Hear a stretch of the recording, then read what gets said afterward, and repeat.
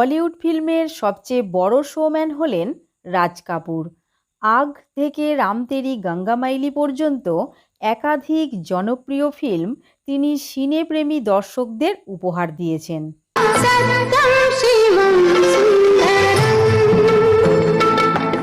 কখনো মধুর প্রেম, কখনো আমির গরিব তুলনা, আবার কখনোও বা ভবঘুরের জীবন কাহিনী তাঁর মুভিতে ফুটে উঠেছে।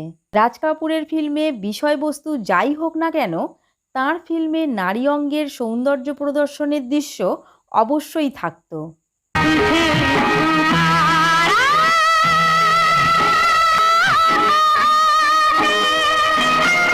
শোম্যান রাজ কাপুর নদী, ঝর্ণা বা বৃষ্টিতে তাঁর নায়িকাদের স্নানের দৃশ্যে নানাভাবে অঙ্গ প্রদর্শন করেছেন। কিন্তু এর পিছনে রাজ কাপুরের কী সাইকোলজি কাজ করত তা নিয়ে অনেক প্রশ্নের ঝড় বয়ে গেছে।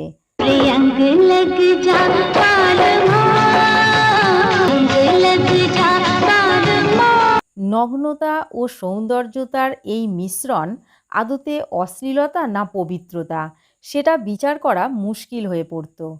তিনি তাঁর ফিল্মে ব্যবহৃত নগ্নতাকে পবিত্র বলেই মনে করতেন।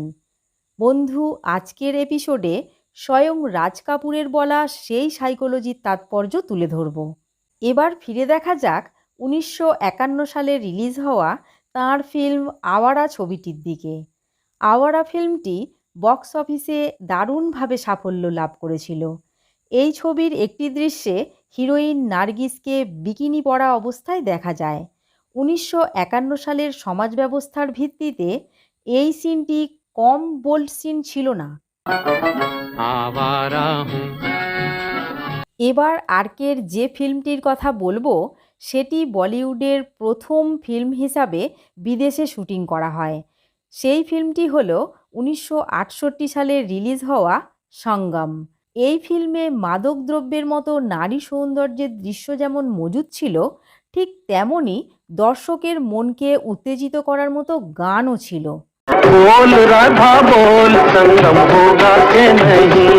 কিন্তু ছবিতে নায়িকা বৈজয়ন্তীমালার খোলামেলা শরীরের প্রদর্শন সাধারণ মানুষের কাছে একটি বিতর্কিত বিষয় হয়ে দাঁড়ায়।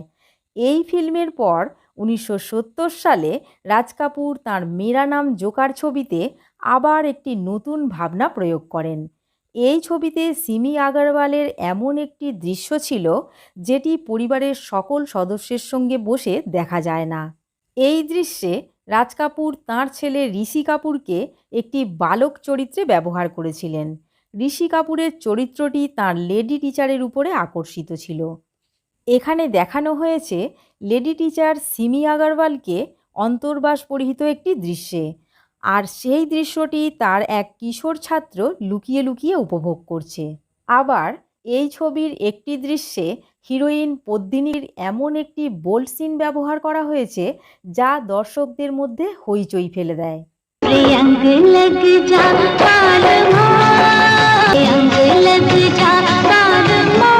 এরপর আসা যাক 1978 সালে রিলিজ হওয়া সত্যম শিবম সুন্দরম ফিল্মটির বিষয়ে। এই ছবিতে হিরোইন জিনাত আমানকে রাজ কাপুর এমন বোল্ড সিনে ব্যবহার করেছেন যেটির সম্বন্ধে দর্শকরা পাবলিকলি আলোচনা করতেও লজ্জা পেত। এই ছবির একটি গান ছিল ভোর ভয়ে পানঘাট পে। লতা মঙ্গেশকরের গাওয়া এই গানটি যখন শোনা হয়, মনের মধ্যে একটি স্নিগ্ধতা ও পজিটিভ এনার্জির অনুভূতি হয়। কিন্তু গানের দৃশ্যটি যেই মুহূর্তে চোখের সামনে ভেসে ওঠে, তখনই সব কিছু এলোমেলো হয়ে যায়। রাজ কাপুর গানের দৃশ্যে সৌন্দর্যতা আনতে গিয়ে জিনাত আমানের যে বোল্ড সিনগুলি প্রয়োগ করেছেন, তাতে গানটির পবিত্রতা ও মাধুর্য নষ্ট হয়ে যায় বলেই মনে হয়। আরকের শেষ ও সবচেয়ে বিতর্কিত ফিল্ম 1985 সালে রিলিজ হওয়া রাম তেরি গঙ্গা মাইলি ফিল্মটি। এই ফিল্মে রাজ কাপুর তাঁর ছেলে রাজীব কাপুরকে নায়কের চরিত্রে সুযোগ দিয়েছিলেন। এই ফিল্মটি রাজীব কাপুরের কেরিয়ারকে কতটা মদত করেছিল সে বিষয়ে অনেক প্রশ্ন জড়িয়ে আছে, কিন্তু ফিল্মটির নায়িকা মন্দাকিনীকে রাতারাতি সুপারস্টার বানিয়েছিল। এই ফিল্মে রাজ কাপুর মন্দাকিনীকে খুবই আকর্ষিত বোল্ড সিনে ব্যবহার করেছিলেন। ফিল্মের একটি দৃশ্যে মন্দাকিনীকে অন্তর্বাস শূন্য সাদা শাড়ি পরিহিত অবস্থায় ঝর্ণায় স্নান করতে দেখা যায়। দৃশ্যটি এমনভাবে দেখানো হয়েছে মন্দাকিনীর যৌবনের উত্তাপ যেন ঝর্ণার কনকনে ঠান্ডা জলকেও উত্তপ্ত করে তুলছিল। প্রেক্ষাগৃহে দর্শক আসনে বসে থাকা দর্শকের মনও সেই উত্তাপের অনুভূতি উপলব্ধি করে। রাজ কাপুরের ফিল্মগুলি দেখতে দেখতে মনের মধ্যে এই প্রশ্নই জেগে ওঠে, ফিল্মে নায়িকাদের অঙ্গ প্রদর্শনের পিছনে রাজ কাপুরের সাইকোলজিটা কী ছিল। রাজ কাপুরের এই সাইকোলজির রহস্য রাজ কাপুরের বড় মেয়ে ঋতুনন্দা তাঁর লেখা শো ম্যান রাজ কাপুর বইতে প্রকাশ করেন। ঋতুনন্দা তাঁর বইতে লিখেছেন, রাজ কাপুর তাঁর ফিল্মে নায়িকাদের অঙ্গ প্রদর্শন কেন করতেন তা রাজ কাপুর নিজেই উল্লেখ করেছেন। রাজ কাপুর বলেছিলেন, আমি যে পরিবেশে বড় হয়েছি তা ছিল থিয়েটার এবং ফিল্ম সম্পর্কিত। আমরা 1927 সালে বোম্বেতে আসি। এটি ছিল নির্বাক চলচ্চিত্রের যুগ। আমার বাবা জে গ্র্যান্ড অ্যান্ডারম্যান থিয়েটারের সঙ্গে যুক্ত ছিলেন। আমার বাবার সহনায়িকারা আমায় খুব ভালোবাসতেন। আমি যখন থিয়েটারে যেতাম আমি খুব উত্তেজিত বোধ করতাম, কিন্তু এত অল্প বয়সেও আমি আমার আবেগ লুকিয়ে রাখার শিল্পটি শিখেছি। আমি অত্যন্ত শিশুসুলভ ও নগ্নতার পূজারী ছিলাম। আমি মনে করি এটি আমার মায়ের ঘনিষ্ঠতার কারণেই শুরু হয়েছিল।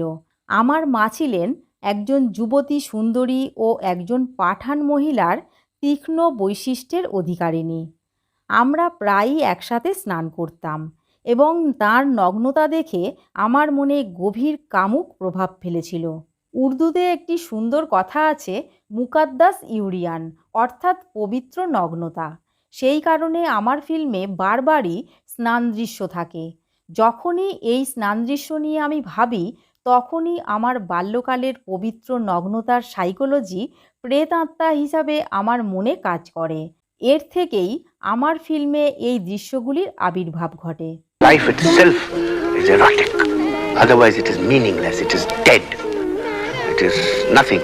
বন্ধু, সবশেষে একথাই বলা যায়, রাজ কাপুর দর্শকদের একের পর এক হিট ফিল্ম উপহার দেওয়ার সাথে সাথে সমাজকে বিভিন্ন রকম সামাজিক বার্তাও দিয়ে গেছেন। ধন্যবাদ, बहुत बहुत धन्यवाद, मेहरबानी, शुक्रिया, थैंक यू। जाइएगा नहीं, मेरा तमाशा खत्म नहीं हुआ।